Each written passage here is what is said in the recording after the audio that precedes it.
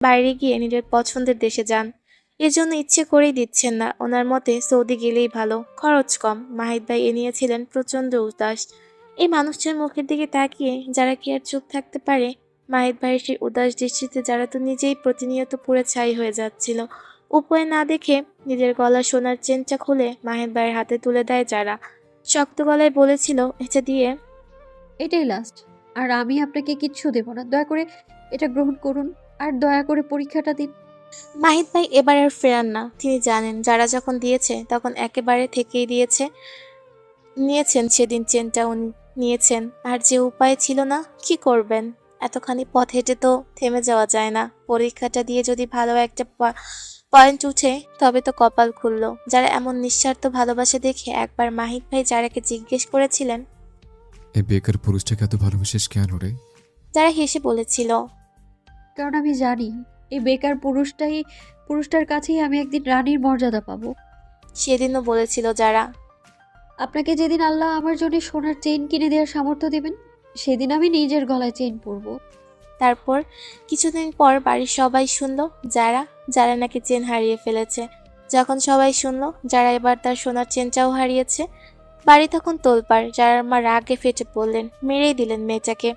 ওনার মনে গেঁথে গেছে একটা সন্দেহ, এই চেন যারা নিজে হারায়নি, দিয়েছে মাহিদ ভাইকে। হয়তো চুপি চুপি, হয়তো আবেগে। তবে যারা মুখে কিছুই স্বীকার করেনি। না, সে কিছুই বলেনি। যারার মা বোঝেন তারপর হয়তো সত্যিই হারিয়ে ফেলেছে। এর জন্য কয়েকটা থাপ্পড়ও মারেন। এত বড় মেয়ে হয়ে কয়দিন পর পর সোনা হারায়? কি অসাবধান, কি দায়িত্বজ্ঞানহীন! বলে হাতের বাড়ি ছুঁড়েছেন ওর মা। আর যারা চুপচাপ সহ্য করেছে, কোনো কথা বলেনি, কোনো ব্যাখ্যা দেয়নি। সেদিন বিকেলে ছাদের রেলিং ধরে দাঁড়িয়েছিল সে। হাওয়ায় বইছিল চুলগুলো, এলোমেলো হয়ে উঠছিল বাতাসে। হঠাৎ পেছন থেকে মাহিদ ভাই ধীরে ধীরে কাছে এলেন, তাকালেন ওর পানে। ওনার চোখে পড়ে যারা গালে লাল দাগের ছাপ। ভ্রুকুচকে জিজ্ঞেস করলেন, এই দাগগুলো কি জন্য হয়েছে? এমন প্রশ্ন যারা মুখ ফিরিয়ে নেয়, কিছু বলে না। কিন্তু মাহিদ ভাই তো উত্তর জানে না। তিনি আরেকটু এগিয়ে এসে নরম গলায় ওকে জিজ্ঞেস করলেন, আমার জন্য এত মার খাস, এত বকা খাস, তো সারাক্ষণ কেন আমি আমি করিস?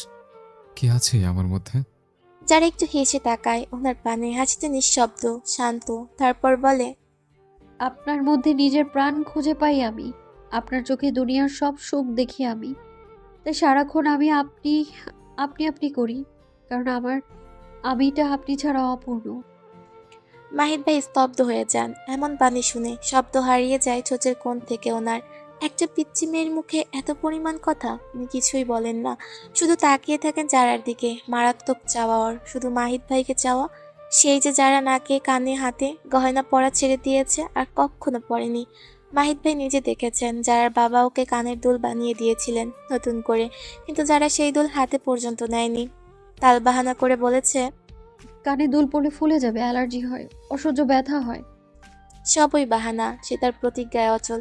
অন্য কারো দেওয়া সোনার কিছু না পড়ার প্রতিজ্ঞা, না সাজার প্রতিজ্ঞা, না জলজল করার প্রতিজ্ঞা। শুধু একজনের কথার মর্যাদা রাখার প্রতিজ্ঞা, নিজের মাহিদ ভাইকে দেওয়া কথা রাখার প্রতিজ্ঞা।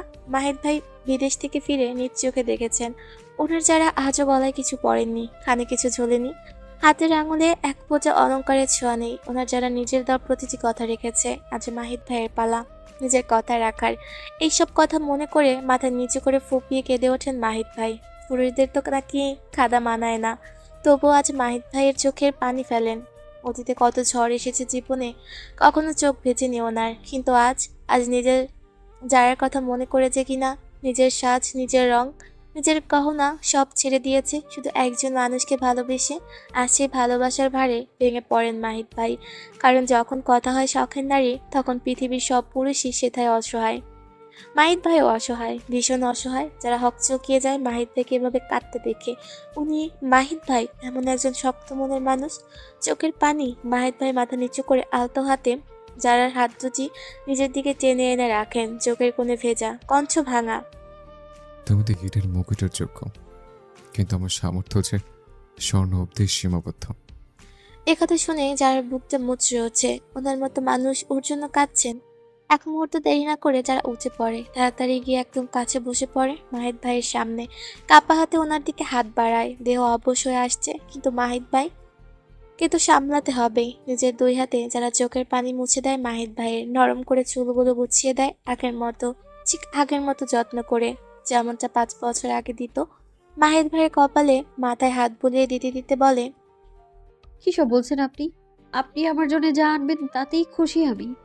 আমার এসব কিচ্ছু চাই না, কিচ্ছু না।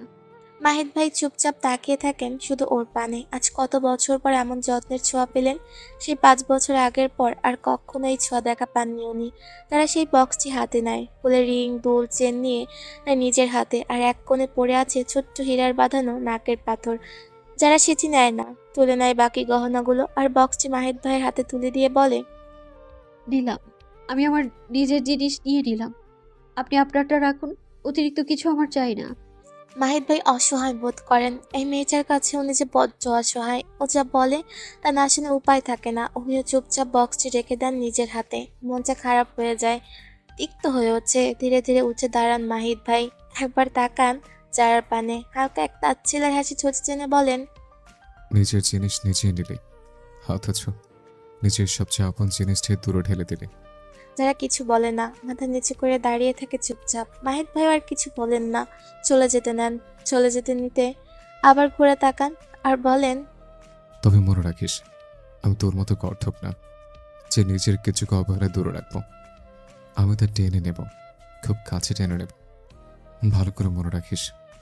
উনি বেরিয়ে যান ঘর থেকে। যারা উঠে গিয়ে ধীরে দরজাটা বন্ধ করে, ঠোঁট বাঁকিয়ে ফিসফিস করে, হুম, খুব কাছে টেনে নেবেন। এলিজার কলিজার ভেতর থেকে আমার কাছে টেনে নেবেন। নাটকীয় কথাবার্তা। হ্যাঁ। নিজেকেই তিরস্কার করে বলে, বই, তোর কি লজ্জা নেই? তোর আত্মসম্মানে ধরে না? কিভাবে পারলি তুই এই লোকটাকে ছুতে? পরনারী ছোঁয়া লোক। ছি, ঘেন্না করেনি? একটা শান্ত কণ্ঠে জবাব দেয়। নিজের ভেতর থেকে বলে আবার, ওই প্রিয় পুরুষ তো, তাই সে সময় ঘৃণা কাজ করেনি। তবে পরের বার থেকে এমন মিস্টেক আর হবে না।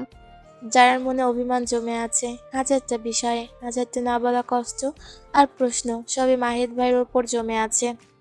আপু, আপনার এই জিনিসটা আমার একদমই পছন্দ না। যারা বিরক্ত স্বরে বলে ওঠে, আপনি কেন বারবার আমার ভাইদের উপর ঢলে পড়েন? এটা কেমন অভ্যাস?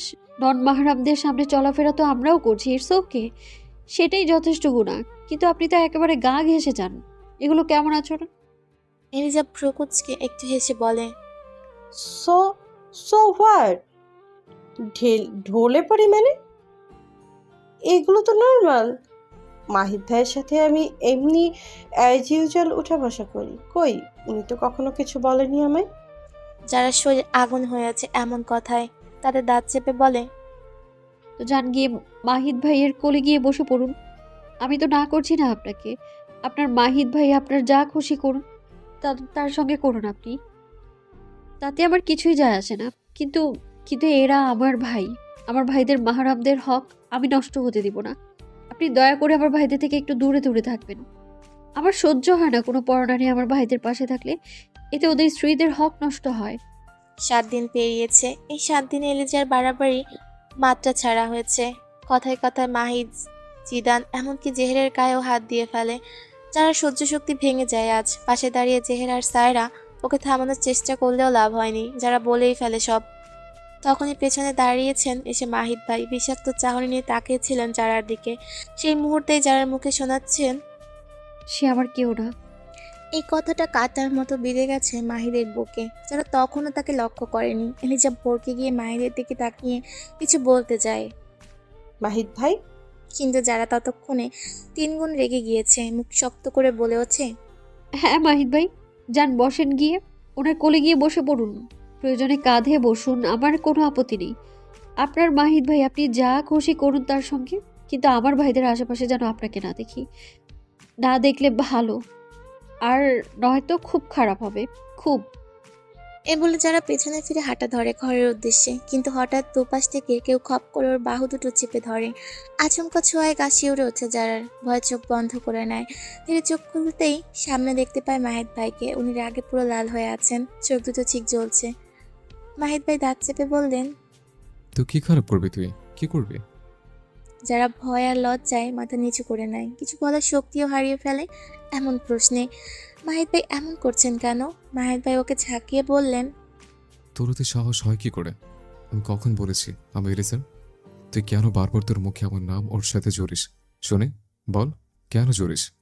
যারা কিছু বলার আগেই পাশে দাঁড়িয়ে থাকা জেহের এগিয়ে এসে বলে হচ্ছে। ওই মাহিত ভাই, ও কিছু জুড়ে দেয়নি? মাহিদ ভাই জেহেরের দিকে তীব্র চোখে তাকিয়ে বলে হচ্ছেন। তুই চুপ থাক, দেখতে পাচ্ছিস না আমি আমার বউয়ের সাথে কথা বলছি? এই একটি বাক্য শুনে মুহূর্তেই স্তব্ধ হয়ে যায় সবাই। যে হতভম্ব হয়ে যায়, আর একটু দূরে দাঁড়িয়ে থাকে এলিজা। ওর তো শরীর পুরো ছাই হয়ে যাচ্ছে। মাহিদ ভাইয়ের মুখে বউ শব্দটা শুনে গলার ভিতরটা শুকিয়ে আসে ওর, কিন্তু কিছু করার নেই, কিছু বলারও না। মাহিদ ভাই এবার যারাকে বলেন। যা, তুই ওর কাছে গিয়ে ক্ষমা চা, সরি বল। যারা চোখ ছলছল করে ওঠে, ভেতরটা ছিঁড়ে যায়। এই মাহিদ ভাই এমন করে বললেন? যারা চোখের পানি গিলে ফেলে, কণ্ঠটা শক্ত করে বলে। আমি সরি বলতে পারবো না, সত্যিটা বলেছি আমি। এই কথায় আরো রেগে যান মাহিদ ভাই, আরো শক্ত করে ওর বাহু দুটো ধরে ছাকিয়ে বলেন। সত্যি বলেছিস? সত্যি কি যে আমি ওর মাহিদ ভাই? আমি শুধু তোর। তুই কি বলছিস না আমি কারোর সাথে নিজের নাম জুড়তে চাই না? আমি মাহিদ মাহতাবের শুধু এক নারীর সাথে নাম জুড়েছে, আর সেটা হলি তুই। আমি তোর নামে মরতে চাই। তুই কেন অন্য কাউকে আমার সাথে জুড়লি? মাহিদ ভাই থমকে বলেন। তুই সরি বলবি, বলছি ক্ষমা চা ওর কাছে। মাহিদ ভাইয়ের এই বাঘের মতো ধমক আর চোখের আগুনে কেঁপে ওঠে যারা, সাহস ভেঙে যায়। মুখ থেকে নিজেই নিজে বেরিয়ে আসে। এলিজা আপু, মাফ করে দিন এর জন্য। এলিজা জোর করে হাসার ভান করে বলে। মাহিদ ভাই এলিজার দিকে তাকিয়ে বলেন। ওকে মাফ করে দিস এলিস। আসলে আমার যত দিন যাচ্ছে তত আমার বউর বুদ্ধি ক্ষয় হচ্ছে, নিজের জিনিসকে মানুষের বলছে। এলিজা মেকি হাসে, কিন্তু ওর অন্তর সেই তো দাউ দাউ করে পড়ছে। এই ক্ষমা চাওয়া ও চায়নি, এই তাচ্ছিল্যের জ্বলন্ত আঙুল গায়ে চায়নি। তাকিয়ে রইল সে নিঃশব্দে মাহিদ ভাইয়ের যারাকে, ভৌজাকার শব্দের দহন নিয়ে, যারা নিজের বাহু ছাড়িয়ে নিতে চায়। গলায় আগুন ছেলে বলে। আমি কারো বউ নই, ছাড়ুন আমায়। কিন্তু মাহিদ ভাই ছাড়েন না। উনি আরো শক্ত করে ওর বাহু দুটো চেপে ধরে ওর চোখে চোখ রাখেন। ওর চোখে সেই নরম পানি, ভেজা চোখে এক মুহূর্তে সবকিছু বদলে যায়। যারা চোখের কোণে জমে অশ্রু মাহিদ ভাইকে এক নিমিষেই ভেঙে দেয়। ওনার বুকের ভেতরটা হু হু করে কাঁপতে থাকে। এক দৃষ্টিতে চোখে তাকিয়ে গলা ভার করে বলেন। তুই বউ আমার, মাহিদ মাহতাবের বউ, তালুকদার বাড়ির বড় বউ। কিছু সময় থেমে বলেন। আর আমি তোকে বউ বলেই ডাকবো। আর যা যা আচরণ একজন মানুষের বউয়ের সঙ্গে করে আমি তাই করব। অনেক হয়েছে, আর না। এবার আমি নিজে নিজের ব্যবস্থা করব। যারা চোখে পানি নিয়ে বুকের সব অভিমান ছেড়ে ফেলে স্পষ্ট উচ্চারণ করে বলে। আমি কারো মন মতো চলতে পারবো না, আমি আমার মতো করেই চলবো। মাহিদ ভাই এবার গলায় জোর বাড়ান, ঘাড় ডেঙিয়ে বলেন। না, চলতে হবে তোকে আমার মতো। আমার বউ হয়ে সারা জীবন বাঁচতে হবে তোকে। অনেক সহ্য করেছে তোর যন্ত্রণা, এবার তুই দেখ তোকে কিভাবে যন্ত্রণা বলে। এ যে বলেই উনি হাত ছেড়ে দেন ওর। চারপাশে নিস্তব্ধ হয়ে যায়, আবার শব্দ পর্যন্ত থেমে গেছে। এসব শুনে ওরা তিনজন, জেহের, এলিজার সারা হতবিহ্বল হয়ে দাঁড়িয়ে আছে। মাহিদ ভাই করে চলে যেতে নেন, ঠিক তখনই যারা রাগে অভিমানে কাঁপতে কাঁপতে জেহেরকে বলে হচ্ছে। ভাইয়া, আজ বিকেলেই তুই আমায় হুমায়রাদের বাড়ি নিয়ে যাবি, আর এক মুহূর্তে এই বাড়ি থাকবো না আমি। একথা বলেই চোখ মুছে গাল চিনে নিয়ে চলে যেতে নেয় যারা। মাহিদ ভাই থমকে দাঁড়ান, একটু নীরব থেকে পেছন ফিরে গর্জে উঠে বলেন। আমিও দেখি তুই কেমন করে চাস। ঠ্যাং ভেঙে রেখে দেব যদি পা পারিস এই বাড়ির বাইরে। যারা আর কিছু না বলে চলে যায়, চোখে আগুন, মুখে মৌনতা নিয়ে। মাহিদ ভাই উনি ওর পেছনে তাকিয়ে থাকেন কিছুক্ষণ, তারপর নিজ রুমের দিকে চলে যান। রুমে গিয়ে তারা দরজা বন্ধ করে দেয় নিজের রুমের, আর নিজের কান্নাটুকু উগড়ে দেয় বালিশে মুখ লুকিয়ে। আর মাহিদ ভাই নিজের রুমে গিয়ে দরজায় হেলান দিয়ে বসে থাকেন, চোখ দুটো শক্ত করে বন্ধ করে নেন।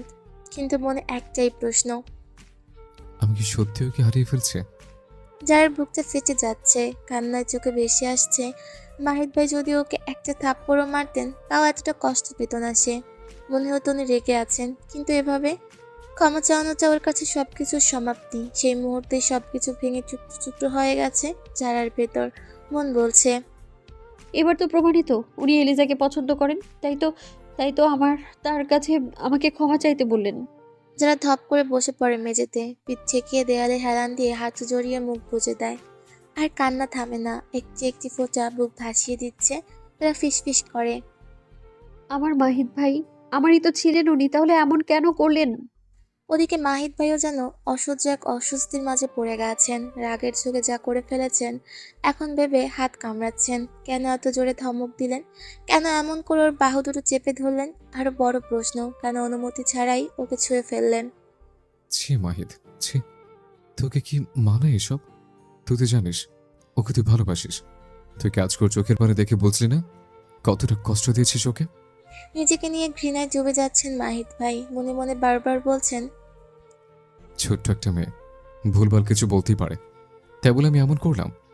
এদিকে এলিজা বাগানে বসে শূন্য দৃষ্টিতে তাকিয়ে আছে সামনের ফুলের দিকে, কিন্তু কিছুই দেখছে না সে। মনটা ভার হয়ে আছে। আমি কি করব? কি করলে মাহিত ভাই আমার হবেন? বুকটা মোচড় দিয়ে উঠছে, না চাইতেও চোখ দিয়ে পানি জমছে। নিজেকেই বোঝায়। যারা ভাগ্যবতী তাই মাহিত ভাই তাকে ভালোবাসে। একজন পুরুষের এমন স্নিগ্ধ আর স্পষ্ট ভালোবাসা, এই তো চায় একজন মেয়ে। কিন্তু সেই ভালোবাসার যারা কপালে লেখা ছিল, এলিজা চোখ বন্ধ করে ফিসফিস করে। ভাগ্যবতী যারা অনেক বেশি ভাগ্যবতী। যদি পরজন্ম বলে কিছু হতো তবে আমি যারার মতো ভাগ্য নিয়ে দুনিয়ায় আসতাম আর মাহিত ভাইয়ের ভালোবাসা বুক ভরে নিতাম। বিকেলবেলা আসরের নামাজের পর বাড়িতে এক আলাদা ব্যস্ততা নেমে এসেছে। আর হবে নাই বা কেন? চায়ের কাপ, নাস্তার আয়োজন, রান্নাঘরের টুংটাং, সব সব মিলিয়ে এক উৎসবের প্রস্তুতি। যারা, এলিজা, সায়রা আর হুমায়রা বসে আছে লিভিং রুমে, আর ওদের মা আর খালারা ব্যস্ত রান্নাঘরে। কেউ চা বানাচ্ছেন, তো কেউ সামুচা পুর ভরছেন, কেউ আবার গল্প করতে করতে নাস্তার প্লেট গুছাচ্ছেন। যারাদের সাথে বসে আছেন ওদের দাদাজান আর দাদিজান। নাতিনদের সঙ্গে গল্পে মেতে আছেন দুজনেই। কখনো হেসে উঠছেন, কখনো তাদের কথা শুনছেন। ওদের নানা কাণ্ড কারখানা। এমন সময় ধারাম করে দরজা খুলে যায়। একসঙ্গে এক গাদা হচ্ছগোলা শব্দ তাদের মধ্যে আসে। মাহিদ ভাই, জিদান, ফাহিম, মানে বাড়ির সব ভাইয়েরা একসাথে ঢুকে পড়ে ঘরে। ওদের হাসি চোখে উচ্ছ্বাস মাতিয়ে দিচ্ছে সেদিকে। যারা সহ সবাই চমকে তাকায় সদর দরজার দিকে। যারা চোখ আটকে যায় এক জায়গায়। স্পষ্ট দেখতে পায় দরজায় দাঁড়িয়ে আছেন সবার সাথে মাহিদ ভাই। পরনে বার্সেলোনার জার্সি আর হাঁটু অব্দি কালো 3/4 প্যান্ট। হাত পায়ে লেগে আছে সামান্য মাছি। আর থাকবে নাই বা কেন? ফুটবল খেলে যে ফিরেছেন। যারা চোখ আটকায় এক বিন্দুতে। বার্সার জার্সি আর কালো 3/4 প্যান্টে আজ একদম অনন্য লাগছে মাহিদ ভাইকে। ঘর আলোয় ঝিকমিক করছে ওনার এই মারাত্মক পুরুষালী সৌন্দর্য। যারা এক দৃষ্টিতে তাকিয়ে থাকে ওনার পানে, প্রিয় মাহিদ ভাইয়ের পানে। ওনার প্রতি সব অভিমান, রাগ, ক্ষোভ সবকিছুই মুহূর্তেই হাওয়ায় মিলিয়ে যায়। ওনার এই রূপের কাছে হার মেনে যায় সমস্ত অভিযোগ। উনি সব সময় এমন ফুটবল পাগল একজন মানুষ, ঘরের ভেতর হোক বা বাইরে। বার্সার জার্সি অথবা আর্জেন্টিনা বা মেসির জার্সি থাকবেই। জার্সিগুলো না শরীরের অংশ হয়ে গেছে। সবসময় প্রায় জার্সি পরতেন উনি, এখনো পরেন। যারা কাছে এখনো কয়েকটি জার্সি আছে ওনার পুরাতন। মাহিদ ভাইয়ের কথা মনে পড়লেই এগুলো বের করে দেখে। যারা খুব পছন্দ ফুটবল খেলা। না, সে আগে থেকে ফুটবলের এতটা ভক্ত ছিল না। শুধু একটা কারণেই খেলাটা তার অন্তরে খুব কাছের হয়ে গেছে, তা হলো মাহিদ ভাই। ওনায় দেখেই ফুটবলের প্রতি ভালোবাসা জন্মিয়েছে ওর। আগে যখনই মাহিদ ভাই খেলা দেখতেন, যারাও পাশে বসে দেখতো, চুপচাপ কিছু বুঝতো, আবার কিছু বুঝতো না, তাও আগ্রহটা বাড়তেই থাকতো। সুযোগ পেলেই একসাথে খেলা দেখা, টুকরো টুকরো কথা, মাঝে মাঝে একসাথে চিৎকার, প্রিয় দলের জয়ের জন্য হাহাকার। একদিন সন্ধ্যায় খেলা দেখার সময় মাহিদ ভাই যারাকে বলেছিলেন, আমার বুকের এক পাশে তুই আর অন্য পাশে ফুটবল। যার মনটা কেমন করে উঠেছিল তখন। অভিমান হয়নি, বরং এক অদ্ভুত শান্তি লেগেছিল মনে। কারণ সে জানতো মাহিদ ভাইয়ের মনে ফুটবলের জায়গাটা কেউ নিতে পারবে না, আর না ওর জায়গাটা। কিন্তু আফসোস, এখন যারা মনে করে ওর জায়গাটা নিজের নেই। মাহিদ ভাই ধীরে ধীরে এগিয়ে আসেন। ওনার ঠোঁটে ঝুলে আছে তো সেই চিরচেনা মুচকি হাসি। ওনার আসতে দেখে চোখ নামিয়ে নেয় যারা। চোখ আগের নেয় ঝুলে আছে শত কথা, অগোছানো অনুভব। তখন জেহের স্বামীর দিকে তাকিয়ে বলে, আরে তাড়াতাড়ি যা, গিয়ে ফার্স্ট এড বক্স আর একটা ছোট কিছু নিয়ে আয়, মাহিত ভাইয়ের লেগেছে তো। ওর কথায় যারা আবার চোখ তুলে ভালোভাবে তাকায় মাহিদ ভাইয়ের পানে। সাথে সাথে কপাল কুঁচকে যায়। ওর যাবেই বা না কেন? তাহার প্রিয় পুরুষের হাঁটু থেকে যে রক্ত গড়াচ্ছে, মাহিদ ভাই ধীরে ধীরে এসে সোফায় বসেন। দাদিজান হালকা অস্থির গলায় বলেন, ইস, এত কেটে গেছে? কি করে হলো? দেখে শুনে করবি তো। মাহিদ মুচকি হেসে দাদিজানের দিকে তাকিয়ে বলেন, আরে তেমন কিছু না, একটু ছিলে গেছে, অসাবধানতার বসে। সামি ফার্স্ট এইড বক্স এনে জিদানের হাতে দিয়ে বলে, মেজো ভাইয়া তুমি লাগিয়ে দাও, আমরা গেলাম গোসল করতে। এই বলে সামি চলে যায় পুকুরের উদ্দেশ্যে। ফাহিম, জেহের, সাফরাজ আগেই চলে গেছে। জিদান জারার দিকে এগিয়ে আসে। ওর হাতে ফার্স্ট এইড বক্স আর ছোট্ট ভেজা তাওয়াল দিয়ে বলে, নে তুই করে দে, আমি গেলাম গোসল করতে। যারা তো থ হয়ে বসে আছে। কি এখন এই পুরুষের সামনে আবারও যেতে হবে? যারা বক্সটি হাতে নিতে চায় না, না বলতেও চায়। তখন দাদাজান বলেন, আরে কেউ কি দিবি ওষুধ লাগিয়ে? রক্ত তো পড়ে গেল। জিদান জারার হাতে বক্সটি দিয়ে বলে, হ্যাঁ ও দিবে। এই বলে জিদানও চলে যায়। যারা এক পলক তাকায় চারপাশে, বেশ বিরক্ত হয়। তারপর ধীরে ধীরে উঠে যায়, বক্স হাতে নিয়ে এগিয়ে যায় মাহিদ ভাইয়ের দিকে। অতঃপর ওনার সামনে হাঁটু গিরে বসে। মাহিদ ভাই তো মহা খুশি, মনে মনে প্রিয়তমার যত্নের ছোঁয়া পাবেন আবারও। যারা ধীরে ধীরে টাওয়াল দিয়ে মাহিদ ভাইয়ের হাঁটু পরিষ্কার করে। ওর খুব খারাপ লাগছে। উনি এত সাবধান, অনেক যে কেচে গেছে চামড়া। রক্ত মুছে যারা কটনে ঔষধ নেয়। তখন হালকা চোখে মাহিদ ভাই বলেন, আজ মনে হয় আমি বেশি সুন্দর লাগছিল, তাই এভাবে তুই আমার পানে তাকিয়েছিলি। এই কথা শুনে যারা একরাশ অস্বস্তিতে পড়ে যায় আর থেমে যায় কিছু সময়ের জন্য। চোখ বড় করে ওনার পানে তাকায়। এই পুরুষ সব বোঝেন, লুকিয়ে দেখলেও শান্তি নেই। মাহিদ ভাই ওর এমন চাহনি দেখে একটু নড়ে চড়ে বসে। চারিদিকে চোখ বুলিয়ে ফিসফিসিয়ে বলেন, আমি তোর একান্ত পুরুষ, আমি লুকিয়ে থাকার কি? তুই যদি বলিস তো তোর সামনে আমি সারাদিন বসে থাকতে রাজি। যারা তো থ হয়ে যায়। এই পুরুষ কি বলছে? নিজেকে সামনে নিয়ে ঔষধ লাগিয়ে দিতে দিতে ফিসফিস করে বলে, বাজে বকবেন না মাহিদ ভাই, আপনার মতো নই আমি যে কাউকে আমি লুকিয়ে দেখব। মাহিদ ভাই সোফায় মাথা এলিয়ে চারিদিকে তাকিয়ে বলেন, চোরের মার বড় গলা। আর আমি তোকে লুকিয়ে নয়, এমনি দেখি, এখনো দেখছি, আর সারা জীবনে দেখব, তাও ভন মরে দেখব। তখনই দাদিজান বলেন, কি হলো রে মাহিদ, তুই এইভাবে বিড়বিড় করছিস কেন? মাহিদ ভাই চোখ টিপে হেসে বলেন, না দাদিজান, কিছু না।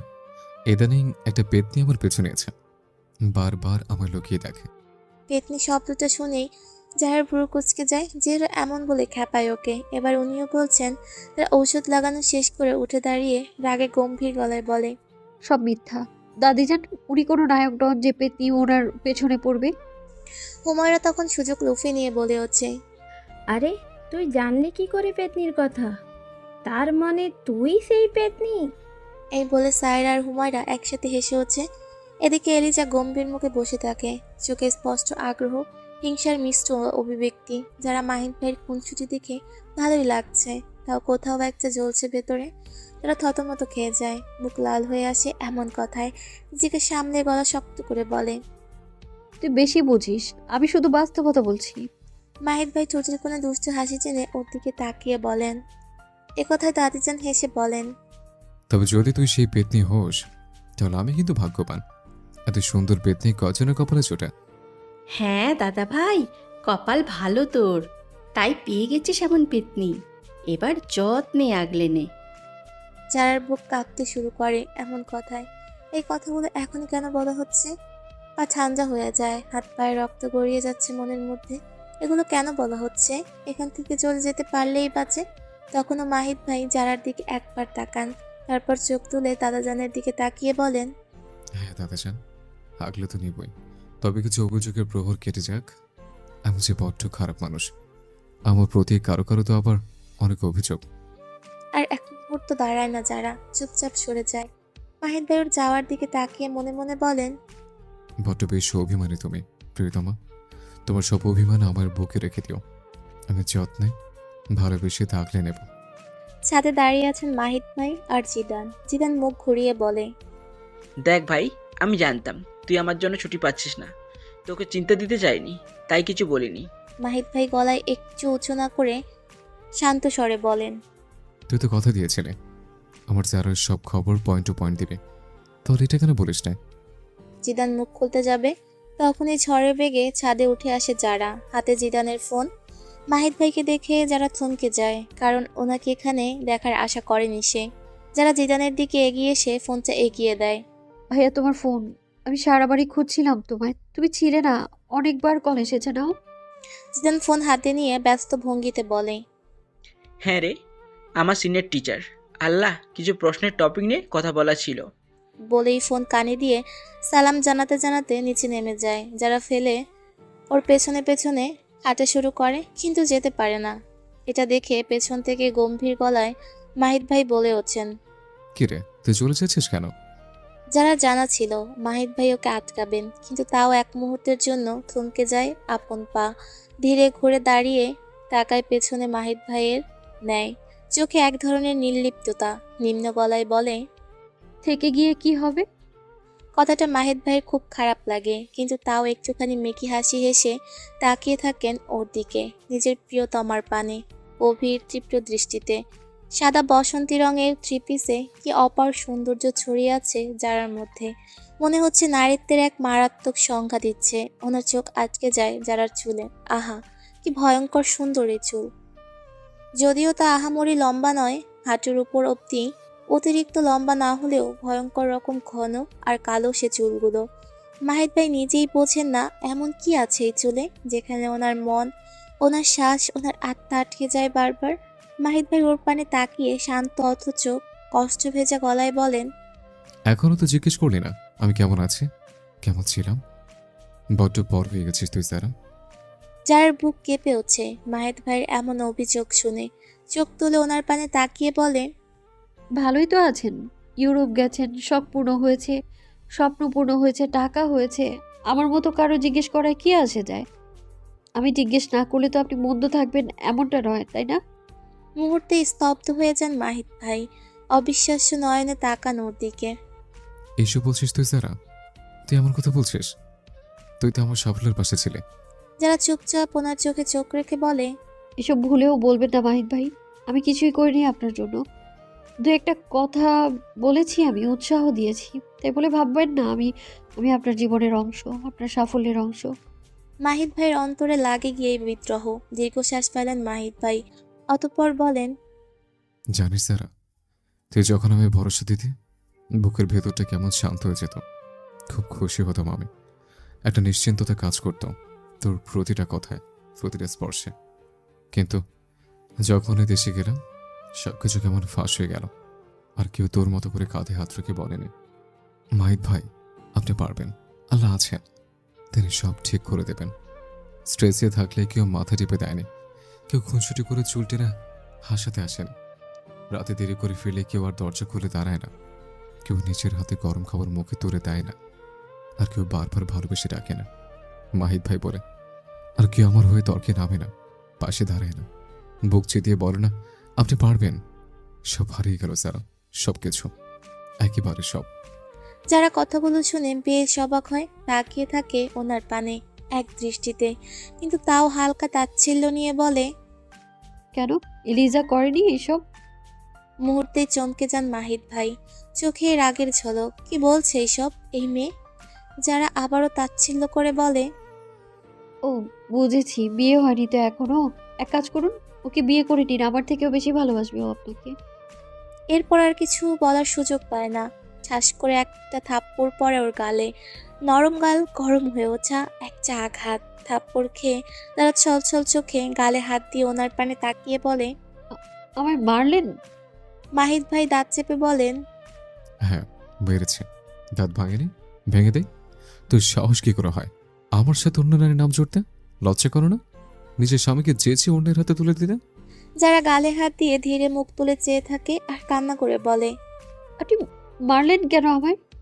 মাহিদ ভাই দাঁতে দাঁত চেপে বলেন, হ্যাঁ মারলাম, কারণ তুই আমার স্ত্রী, আমার ভালোবাসা, আমার অহংকার।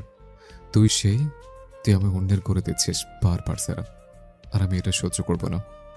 যারা কিছু বলে না, অভিমানে নিঃশব্দে গড়িয়ে যায় ও। চুপচাপ ছাদ ছেড়ে অদৃশ্য হয়ে নেমে যায় নিচে। মাহিদ ভাই থমকে দাঁড়িয়ে থাকেন ওর যাওয়ার পানে তাকিয়ে। ভেবেছিলেন আজ হয়তো ওর রাগ কমবে, কাঁদবে, চিৎকার করে সব অভিমান ঝেড়ে ফেলে দিবে, সব অভিমান অভিযোগ কোনার বুকে জমা রেখে দিবে। কিন্তু না, এ নারী, সে তো ভয়ঙ্কর রকমের অভিমানী, অভিমানের আগুন। ওর নীরবতা তো বিস্ফোরণ ঘটায়। এবার তো উনি এমন কিছু করে বসেছেন যা একেবারে অঘচন। মাহিদের বুকের ভেতর এখন ধকধক করছে, গলা শুকিয়ে আসছে, শরীর ঘেমে উঠেছে আতঙ্কে, রীতিমতো কপাল বেয়ে ঝরছে ঘাম। এখন কি হবে? আর সামনে আসবে কিসে? আর কোনোদিন দেখা দেবে মাহিদের সামনে? ভেতরটা গুড়িয়ে যাচ্ছে। মাহিদ ভাই আকাশের দিকে মাথা তুলে তাকিয়ে বলেন, ইয়া আমার রব, আপনি আমার সাহায্য করুন। আমার অভিমানী সারাকে আমার করে দিন। জিদান ফোনে কথা বলতে বলতে নিজের রুমের ব্যালকনিতে গিয়ে দাঁড়ায়। রাতের হালকা বাতাসে ওর পরনের সাজটা একটু একটু দুলছে, কিন্তু তখনই হঠাৎই কানে আসে একটা অপার গলার শব্দ। কান ভ্রু কুঁচকে ওঠে ওর। পাশের ব্যালকনিতে তাকায়, স্পষ্ট শুনতে পায় সায়রা গাচ্ছে। অনেক করে পাবো, তোমার অনেক বেশি হব। অনেক করে পাবো, তোমার অনেক বেশি হব। হাতটা ধরে পথটা ভুলে মনের কথা কব। হাতটা ধরে পথটা ভুলে মনের কথা কব। অনেক করে পাবো, তোমার অনেক বেশি হব। অনেক করে পাবো, তোমার অনেক বেশি হব। গান শুনে জিদানের মেজাজ এক লাফে চড়ে যায় মাথায়। নিজেকেই জিজ্ঞেস করে, কত বড় সাহস, এই বেয়াদব গান গাচ্ছে। মন তো চাইছে এখন গিয়ে উষ্টা মেরে নিচে ফেলে দিই। আর সহ্য হয় না ওর। রাগে ছোট কামড়ে ধমক দিয়ে চিৎকার করে ওঠে। কি রে, গলার রক ছিঁড়ে ফেলবো নাকি? সায়রার চোখ কুঁচকে ওঠে ভয়ের আতঙ্কে। সে গলার শব্দে জিদানকে চিনে ফেলে। কোনোদিকে না তাকিয়ে ওড়না মাথায় চেনে নিতে নিতে চলে যেতে নেয়, কারণ এখানে থাকলেই বিপদ। কিন্তু এটা দেখে জিদানের রাগ কমে না, বরং আরো তুঙ্গে পৌঁছে। ভয়ঙ্কর গর্জে ওঠে, বলে, বেয়াদবি করছিস? দাঁড়া বলছি। কিন্তু সায়রা থামে না। এটা দেখে জিয়াদ ধমকে বলে, আমি আসবো? আসবো আমি, না দাঁড়াবি? সায়রা এক লাফে থেমে যায়। শীতে কাঁপা শরীরটা আরো জমে যায় জিদানের তীব্র কণ্ঠে। কাঁপা কণ্ঠে ফিসফিস করে বলে, দয়া করে মাফ করে দিন। আমি আর কখনো এমন করব না, গান গাইবো না, জীবনে কখনো আপনার সামনে আসবো না, কথা দিচ্ছি। জিদান জাত চেপে রুক্ষ গলায় বলে। আমার দিকে তাকা। কিন্তু সায়রা তাকায় না, মাথা নিচু করে থাকে। এবার আরো কঠিন সুরে জিদান ধমক দিয়ে বলে, তাকা বলছি, তাকা আমার দিকে, নয়তো সারা রাত আমার চোখের সামনে দাঁড়িয়ে থাকতে হবে তোকে। সায়রা আতঙ্কে ঘুরে দাঁড়ায়, চোখ তুলে তাকায় ওর পানে, মাথা নিচু, শরীরের ভাষায় ভয় ছড়িয়ে আছে। এবার জিদান বুকে হাত গুজে ওর দিকে তাকিয়ে থাকে কিছুক্ষণ। আবছা আলোয় বেশ চকচক করছে সায়রার সৌন্দর্য। সাদা ধবধবে কামিজ, লাল ওড়না, লাল সালোয়ারে এক অদ্ভুত পবিত্রতা ছড়িয়ে আছে ওর মধ্যে। চোখ বন্ধ করে দীর্ঘ নিঃশ্বাস নেয় জিদান। নিজের ভেতরেই গলা চেপে প্রশ্ন করে, ওকে দেখার অধিকার কি আছে আমার? নিজেই উত্তর দেয়, অবশ্যই আছে। আকত্ত হয়ে গেছে আমাদের, কিছুদিন পরেই তো বিয়ে। আমার নামের আংটি চুড়ি সবই পরে ও। তাই এবার চোখ খুলে বলে, ওর পানে তাকিয়ে বলে। ওড়না সরা মাথা থেকে। সায়রা হতবাক হয়ে তাকায় জিদানের দিকে। কেন? জবাব আসে নিঃসংশয়ে। তোকে দেখবো, সরা ওড়না মাথা থেকে। সায়রা সংকোচ আর লজ্জার সীমানায় দাঁড়িয়ে কাঁপতে কাঁপতে মাথা থেকে ওড়না সরিয়ে নেয়। জিদান কিছুক্ষণ ওর দিকে তাকিয়ে থাকে গভীরভাবে। তখনই সায়রা বিরক্ত, দুঃখ মিশ্রিত কণ্ঠে ফিসফিস করে বলে, আমায় এভাবে দেখা আপনার ঠিক না। আমাদের তো এখনো শুধু আকত হয়েছে।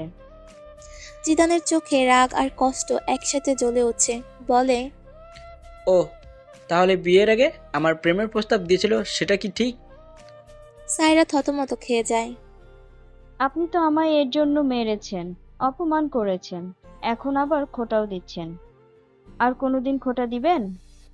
জিদান চোখ নামিয়ে ঠান্ডা গলায় বলে, সারা জীবন দিব। একটু থেমে হেসে বলে, জানিস একটা কথা? সায়রা কাঁপা চোখে তাকায়। কি? জিদান মাথা দুলিয়ে বলে, আমার নাতি নাতনি একদিন গল্প শুনতে চাইবে, তখন আমি তাদের দাদি মানে তোকে নিয়ে গল্প বলবো। কিভাবে তুই আমার প্রেমের প্রস্তাব দিয়েছিলি, কিভাবে মার খেয়েছিলিস, সব উল্টে পাল্টে বলবো। কেমন হবে শুনতে? ইন্টারেস্টিং না? সায়রার চোখ ছলছলিয়ে ওঠে। সব সময় জিদান ওকে খোঁচায়। জিদানের চোখে এক অদ্ভুত তৃপ্ত, ভালোবাসার মোড়কে বাঁধা এক ধরনের দখলদারি।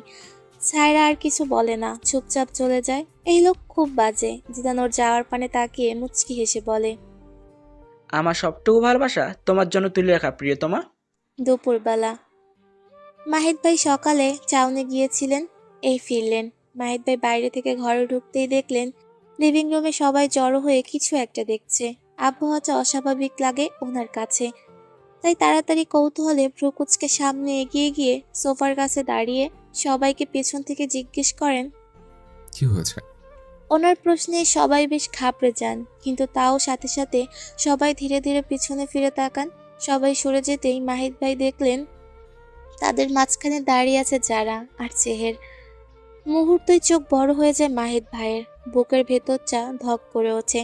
যার অর্ধেক চুল কাটা, এলোমেলো, অবিন্যস্ত, যেন কোনো ঝড়ে ছিঁড়ে গেছে।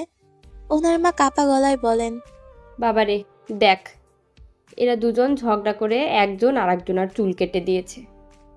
দেখ জাহের কি করেছে, এত সুন্দর চুলগুলো। এটা শুনে আর দেখে মাহিদ ভাই আর নিজের ভেতর থাকতে পারেন না। হঠাৎ করে দুনিয়া ঘুরে যেতে থাকে ওনার চোখের সামনে।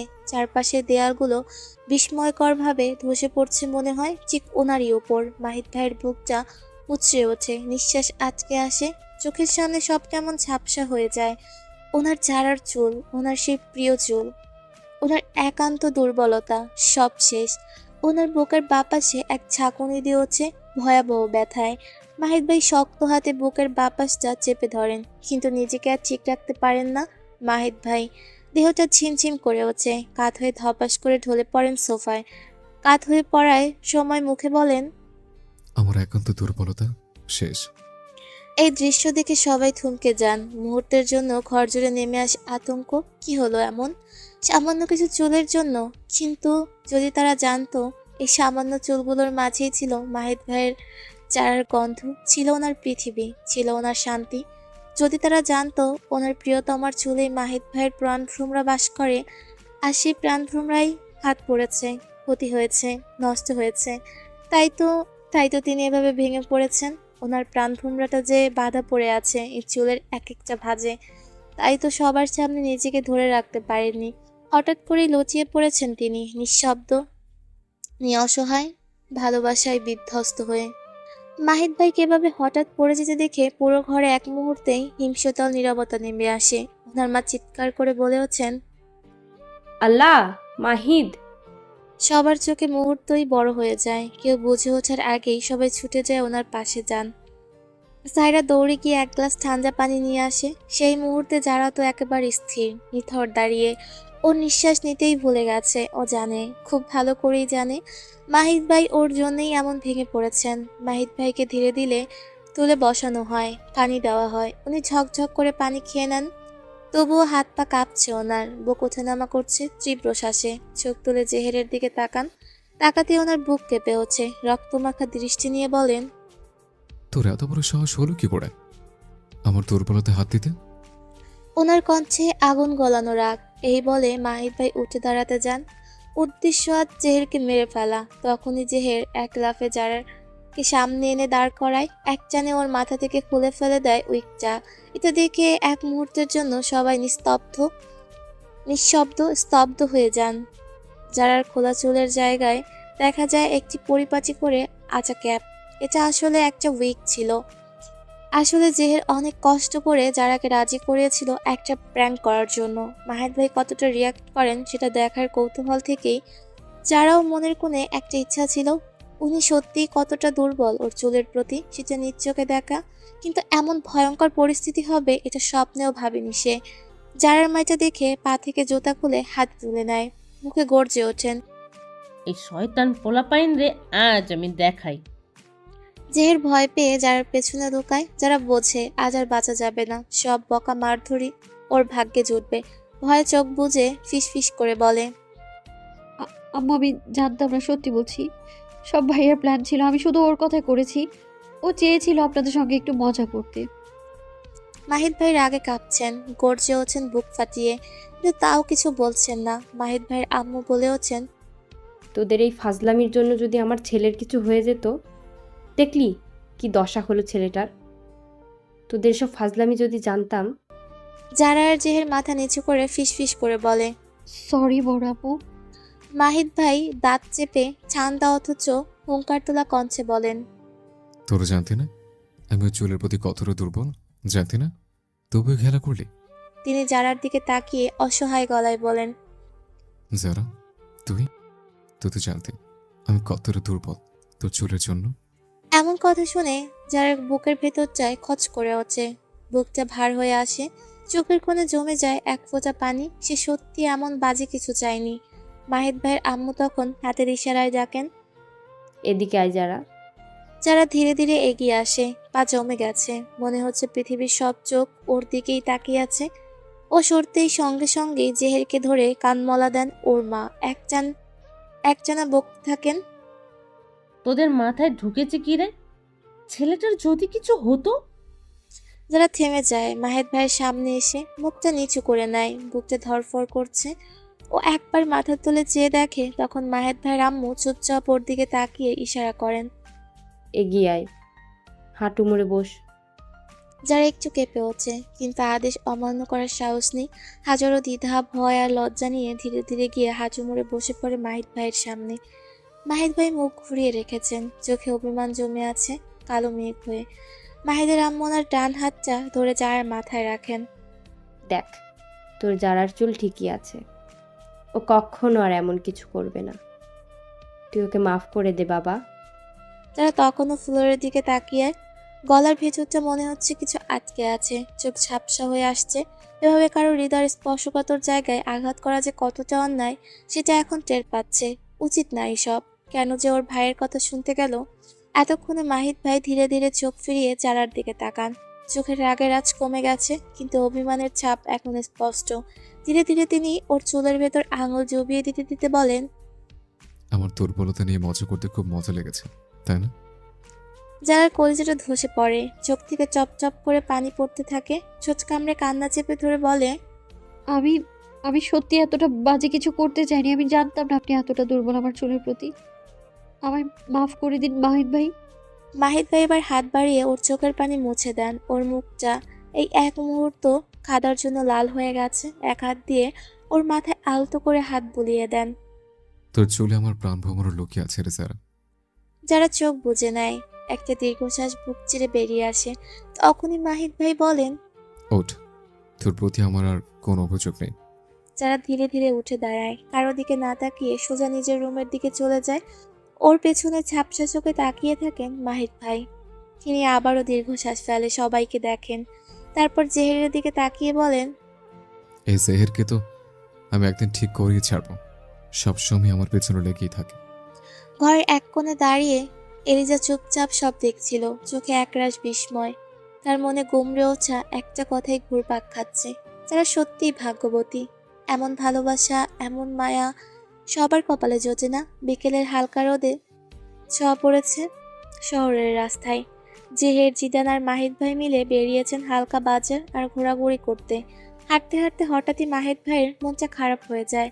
এক সময়কার এই বাজারে সেই চং দোকানের আড্ডা, এক কাপ চায়ের ধোয়ার মাঝে হারিয়ে যাওয়া হাসি, গল্প, বন্ধুত্ব সবই এখন অতীত।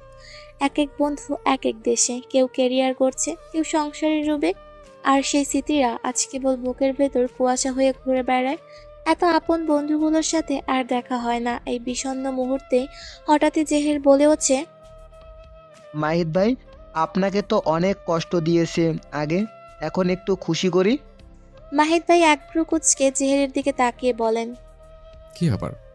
যদি আবার উল্টাপাল্টা কিছু করিস তবে আগের মারগুলো সৌদি আসলে ঘাড়ে ফিরে দেব। জেহের হেসে বলে, আরে না না ভাই, এবার তোমায় তোমার বউয়ের একটা উপহার। বউ? এই শব্দে মাহিদ ভাইয়ের কপাল আরো কুঁচকে ওঠে। কি বললি? জেহের তখন একটি এয়ারপোর্ট ধীরে ধীরে মাহিদ ভাইয়ের কানে গুঁজে দেয়। পাশেই দাঁড়িয়ে থাকা জিদান বলে, দেখিস ভাই, কান্না আবার উড়িয়ে দেয়। জেহের গম্ভীর মুখে বলে, বিশ্বাস করো ভাই, এবারেরটা অন্যরকম। রেকর্ডারটা চালু হয়। মাহিদের কানে প্রথমেই ভেসে আসে ওর ফুপুর কণ্ঠস্বর, তোমার ছেলে তো নিমক হারাম গো ভাবি। আজ ৩-৪ সপ্তাহ হয়ে গেল ফুপুর কোনো খবর নিল না। এমন নিমক হারাম ভাতিজা। আমি কি টাকা চেয়েছি নাকি যে ফোনেও দেয় না? যারা ছ্যাত করে ওঠে। এসব কেমন ধরনের কথা? একজন মানুষ ৩-৪ সপ্তাহ খবর নেয়নি বলেই কি সে নিমখারাম হয়ে গেল? এগুলো কেমন বিচার? ভাতিজা যখন নিষ্কর্ম ছিল তখন তো ভাতিজা যেচে কথা বললেও আপনি পাত্তা দিতেন না, আর এখন এত ভালোবাসা? এসব বাজে কথা নিজের কাছেই রাখুন। শুনেননি নাকি তিনি দেশে আসবেন তাই পেরেশান, তার মধ্যে এসব কথা? আদৌ আপনি ভাতিজাকে ভালোবাসেন নাকি সবই টাকার জোর? যারাকে থামিয়ে দিয়ে ফুপু বলে ওঠেন। তুই এত কথা কেন বলছিস? আমি ওর মায়ের সঙ্গে কথা বলছি। যারা আরো চটে গিয়ে বলে। বলবো, আমিই বলবো। আপনি আমার সামনে দাঁড়িয়ে এসব বলবেন আমার মাহিদ ভাইকে নিয়ে, আর আমি চুপ করে থাকবো? এসব বাজে বাজে কথা আর কখনো বলবেন না, নইলে সম্পর্ক নষ্ট হয়ে যাবে। ব্যাস, রেকর্ড শেষ। জেহের আর জিদান বাজার করছে আর মাহিদ ভাই রেকর্ডারটা বারবার শুনছেন, আর তার মুখে ফুটে উঠছে এক মিছে হাসি। রেকর্ড শেষ। তবে মাহিদ ভাইয়ের মুখে সেই হাসিটা শেষ হয়নি। 3বার, 4বার, 5বার তিনি রেকর্ডটা বারবার শুনছেন। চোখে মুখে এক অভিমানেরা ভালোবাসার মিষ্টি আলো। তার যারা এখনো তাকে ভালোবাসে, এখনো তার পক্ষে দাঁড়ায়, প্রতিবাদ করে। এই ভালোবাসাই তো জীবনের সবচেয়ে বড় পুরস্কার। এমন সময় জেহেরের ফোনটা মাহিদের পকেটে থাকায় তাতে কল আসে। স্ক্রিনে ভেসে হচ্ছে ফাহিম কলিং। মাহিদ ভাই কল ধরতেই ওপাশ থেকে তীক্ষ্ণ কণ্ঠের চিৎকার আসে। শেষ। আর তোকে আমার বোন দিব না। তুই মির্জাফরই করছিস শালা। তোর সাথে মাহিদ ভাই আর জিদান, তোরা 3টাই মির্জাফর। মাহিদ ভাই হেসে বলেন, তুই তাহলে নবাব সিরাজ আর আমরা 3জন তোর বিরুদ্ধে ষড়যন্ত্র করছে? মাহিদ ভাইয়ের গলা শুনে ফাহিম কিছুক্ষণ থমকে যায়, গলা নিচু হয়ে আসে। তারপর বলে ওঠে, হ্যাঁ, আমায় ঘুমিয়ে রেখে কিভাবে চলে যেতে পারলি বাজারে? মাহিদ ভাই হাসতে হাসতেই বলেন, আচ্ছা আচ্ছা নবাব সাদা, চলে আয়। আমরা এখনো বাজারের পয়েন্টে আছে। আসছি। ফোনটা কেটে যায় আর বাজারের বিকেলটা একটুখানি হাসিতে রঙিন হয়ে ওঠে। রাতের খাবারে সবাই একসাথে বসেছেন। যারাও খাচ্ছে বসে চুপচাপ, মাথা নিচু করে। ওর এক পাশে মাহিদ ভাই, অন্য পাশে জিদান বসে আছে। মাহিদ ভাই বারবারই শুধু ওর দিকে তাকাচ্ছেন, কিন্তু যারা একবারও তার দিকে তাকায়নি। নীরব, গভীর অভিমানে ডুবে আছে। ভীষণ অভিমান জমেছে ওর প্রিয় মানুষটার ওপর। মাহিদ ভাই বুঝতে পারছেন ওনার প্রিয়তমা যে সীমাহীন অভিমান জমিয়ে বসে আছে ওনার ওপর। তা খুবই ভয়ঙ্কর। হঠাৎ যারার বাবা মাহিদ ভাইকে উদ্দেশ্য করে বলেন, তো বাবা এখন কি করার ইচ্ছে তোর? নিজের বাবার মুখে এমন কথা শুনে যারা হঠাৎ মাথা তুলে চমকে তাকায় তার দিকে। বাবা বাবা বলে ডাকছেন মাহিদ ভাইকে। অবিশ্বাস্য, সত্যি।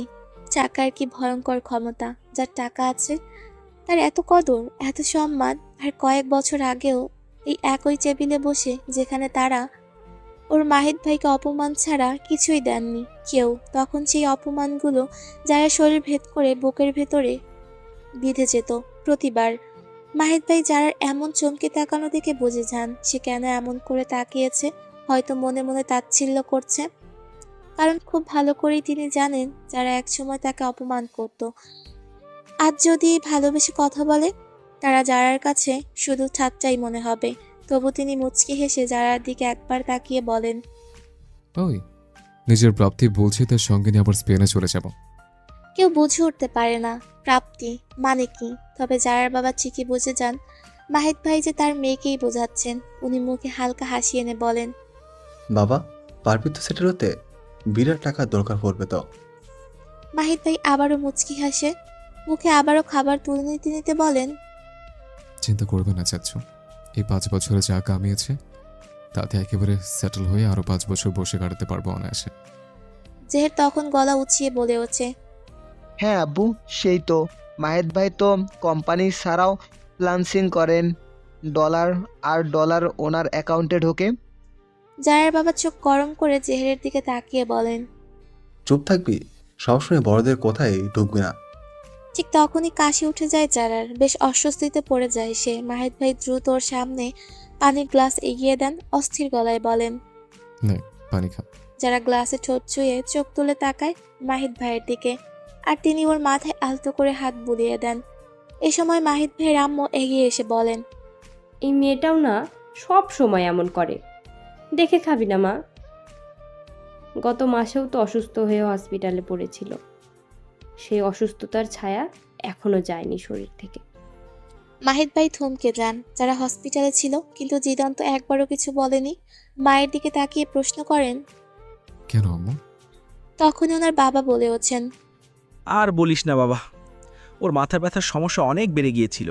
ব্যথায় তো চিৎকার করতে করতে অবস্থা খারাপ হয়ে গিয়েছিল। মাহিদ ভাই ধীরে ধীরে জারার হাত থেকে গ্লাসটা নিয়ে টেবিলে রাখতেই জিদানের দিকে কঠিন চোখে তাকান আর ফিসফিস করে বলেন। বাহ, মানুষ হসপিটালে ভর্তি হয়, অসুস্থ হয়, আবার সুস্থ হয়ে বাড়িও ফিরে আসে, আর আমি কিছুই জানি না। জিদান মেকি হেসে ওনার দিকে তাকায়। আজ হয়তো মার খাবে, জানে সে, তবু কারণ ছিল বলেই জানায়নি। যারা বেশ ঘাবড়ে যায়। এই অবস্থায় এখন কি করবে ঠিক বুঝে উঠতে পারে না। ধীরে ধীরে নড়ে উঠে দাঁড়ায়। মাহিদ ভাই এটা দেখে তখন বলেন। কিরে, খাও শেষ না করে কোথায় যাচ্ছিস? জানা ওনার দিকে তাকায় না, চোখ না তুলেই বলে, খাওয়ার ইচ্ছে নেই। এ কথা বলেই চলে যায়। কিছু ভালো লাগে না ওর, সবকিছু বিরক্ত লাগে এখন, সবকিছুই। কেচে গেছে 14 দিন, সময় তো স্বাভাবিক গতিতে চলে গেছে, কিন্তু যারার ভেতরটা এখনো আটকে আছে আগের সেই জায়গাতেই। চোখের গভীরে জমে থাকা কিছু প্রশ্নের উত্তর মেলেনি, তাই মনটাও স্বস্তির কোনো খোঁজ পায়নি। আজ বাড়ির সবাই একসাথে বেরোনোর কথা, মানে আজ ওদের জন্য শপিং ডে, আর এর যথেষ্ট কারণও আছে। হুঠাৎ মন বললেই শপিং করে টাকা খরচ করার মতো মানুষ তো তারা নন। জিদানো সায়রার আগ হয়ে গেছে। জেহের, হুমায়রা আর নুইয়া ফাহিমের ফুফাতো বোন, তাদেরও আগ সম্পন্ন হয়েছে। এবার বিয়ের পালা। 3 জুটিকে সংসারে বেঁধে দেওয়া। আসলে এত তাড়াতাড়ি বিয়ে করানোর ইচ্ছে ছিল না জিদান। জেহের, ফাহিম 3জন আইএলস করেছে, ভালো পয়েন্টও তুলেছে, তাই এই সুযোগে বিয়ে দিয়ে তাদের বাইরের দেশে সেটেল করার প্ল্যানেই এই বিয়ে। আক্ত হয়ে তো গেছে, এখন বিয়ে হবে কয়দিন পরই। তবে সবই হচ্ছে ঘরোয়া আয়োজনেই, নিজেদের পরিসরে, আপনজনদের মাঝে। বাড়িতে 3টি গাড়ি আছে, সবাই যে যার মতো বেরিয়ে পড়েছেন। বড়রা উঠেছেন গাড়িতে, ফাহিম আর তার হবু স্ত্রী ফাহিমের বাইকে, জেহের আর হুমায়রা জেহেরের বাইকে করে এক একজন একে একে রওনা দিয়েছেন। শুধু যারা আর সায়রা দাঁড়িয়ে আছে বিপাকে পড়ে। যারা যেতে চায় না মাহিদ ভাইয়ের সাথে, আর সায়রা যাচ্ছে না জিদানের পিছনে কিছুতেই। মাহিদ ভাই বাইকে উঠে বসে আছেন, সেই চেনা কালো টি শার্ট আর ঠিক 3/4 প্যান্ট। হাঁটুর নিচ পর্যন্ত দেখা যাচ্ছে ওনার ছেলে মানুষী গড়নের সুন্দর পা, পাতলা লোমে ঘেরা, এরকম অনায়াস আবেদন ছড়িয়ে থাকা। এটা দেখে যার ভেতরটা কেমন গুমড়ে উঠে বলে, এই লোকটা এত নির্লজ্জ কবে থেকে হলো? সব সময় এমন অবস্থায় থাকে। সায়রা মাহিদ ভাইয়ের দিকে তাকিয়ে বলে, ভাইয়া আমি তোমার সাথে আসি। এ বলে যারাকে ইশারা করি আমি, যাতে জিদানের সাথে চলে যায়। কিন্তু বারবার চোখ ইশারা করেও কোনো লাভ হয় না। যারা বোঝেই না, বুঝবেই বা কিভাবে? আমার চোখ ঢেকে রাখা কালো পর্দায় চোখের ইশারার ভাষা আর কিভাবেই বোঝে যারা। এইদিকে যারাও ইশারা করছে আমাকে যাতে তাড়াতাড়ি মেহেদি ভাইয়ের বাইকে উঠে পড়ি, কিন্তু আমরা 2 প্যাকেটবন্দি মেয়ে নিজেরাই জানি না যে আমরা একে অপরের চোখ দেখতে পাচ্ছি না, ইশারাও বুঝছি না, দিশেহারা হয়ে যাই আমরা। জিদান হেলমেট পরে আমার দিকে তাকিয়ে গম্ভীর গলায় বলে ওঠে, সায়রা, যদি হঠাৎ অক্ষত রাখতে চাস চুপচাপ বাইরে এসে বস। নিজের জামাই রেখে ভাইয়ের সাথে যেতে লজ্জা করে না তোর? সায়রা থমকে যায়, আর কিছু বলে না। চুপচাপ জিদানের বাইকের পেছনে এসে বসে পড়ে। হয়তো সত্যি জিদান ওর ঠ্যাং ভেঙে দিবে। জিদান একবার চোখ ঘুরিয়ে দাঁড়িয়ে থাকা যারা আর বাইকে বসা মাহিদ ভাইয়ের দিকে তাকায়, তারপর একজনে বাইক স্টার্ট দিয়ে গেট পার হয়ে যায়। এবার শুধু যারা আর মাহিদ ভাই, নির্জন মুহূর্ত, হালকা বাতাস, আকাশে রোদের ঝলকানি। মাহিদ ভাই যারার দিকে তাকিয়ে হাসি মুখে বলেন, কি ম্যাডাম, যাবেন নাকি? এখানে দিন কাজ করে নেবেন? ম্যাডাম। যারা বিস্মিত, মনে মনে হেসে ওঠে মাহিদ ভাইয়ের মুখে এটা শুনে, কিন্তু মুখে কিছু বলে না। চুপচাপ এসে ওনার সামনে দাঁড়ায়। মাহিদ ভাই হেলমেট পরে নিচ্ছেন, মুখে খেলা করছে, হালকা মুচকি হাসি দিয়ে বলেন, উঠুন মহারানী। যারার বুক থক করে ওঠে। এক মুহূর্ত থমকে থেকে ধীরে ধীরে বাইকে উঠে বসে। কত বছর পর, কত দিন পর মাহিদ ভাইয়ের বাইকে সে। সময় মনে হয় ফিরে গিয়েছে পুরনো দিনে। মাহিদ ভাই পিছন ফিরে বলেন, ধরে বসুন, নাহলে পড়ে যাবেন। যারা চুপচাপ ওনার কাঁধে নিজের এক হাত রাখে, আরেক হাতে ধরে রাখেন ওনার পিঠ। অনিচ্ছা সত্ত্বে অনুভব হয় এক আশ্রয়ের উষ্ণতা। মাহিদ ভাই বাইক স্টার্ট দেন। স্পিড উঠতেই যারা মুখ থেকে বেরিয়ে যায়, ধীরে চালান, পড়ে যাব। পেছন থেকে যারা আচমকা মাহিদের পিঠে হাত চেপে ধরে, টি শার্টটা মুচো করে চেপে ধরে রাখে। মাহিদের মুখে আবার সেই মুচকি হাসি। কিছু বলে না, তা ওনার চুপ থাকা জবাব দিয়ে যায়। ভয় নেই, আমার পেটে থাকলে কেউ তুমি কষ্ট দিতে পারবে না। রাস্তা পেরিয়ে বাইক চলে চলেছে। হঠাৎ যারা ফিসফিসিয়ে বলে ওঠে, মাহিদ ভাই আমায় গাড়িতে নিয়ে দিন না। মাহিদ ভাই খানিক অবাক হয়ে পেছনে ঘাড় ঘুরিয়ে তাকিয়ে বলেন। কেন? যারা মাথা নিচু করে নিঃশব্দ কণ্ঠে বলে, ঘুম চলে এসছে, বাইকে উঠলেই ঘুম এসে যায় আমার, গাড়িতেই ঘুমিয়ে যাব আমি। মাহিদ ভাই খানিক থেমে এক দীর্ঘ নিঃশ্বাস ফেলে বলে ওঠেন। বোরকার নীতি আছে? যারা চমকে গিয়ে বলে, না, আমি নেতে দিয়ে পড়ি না বোরখা। কেন? মাহিদ ভাই এবার আর ভনিতা না করে সরাসরি বলেন। তাহলে এক কাজ করো, হাত দুটো দিয়ে আমায় জড়িয়ে ধরো।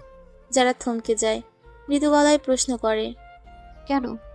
মাহিদ ভাই এবার ধৈর্য হারিয়ে ফেলেন, বলে, যা বলছি তাই করো। যারার মনে হালকা সংকোচ জাগে, তাও ওনার বুকের দিকে নিজের দুই হাত বাড়িয়ে জড়িয়ে ধরে। এত কাছাকাছি, এতটা কাছে, বহুদিন পর প্রিয় পুরুষের গায়ে নিজেকে হারিয়ে ফেলার সুযোগ।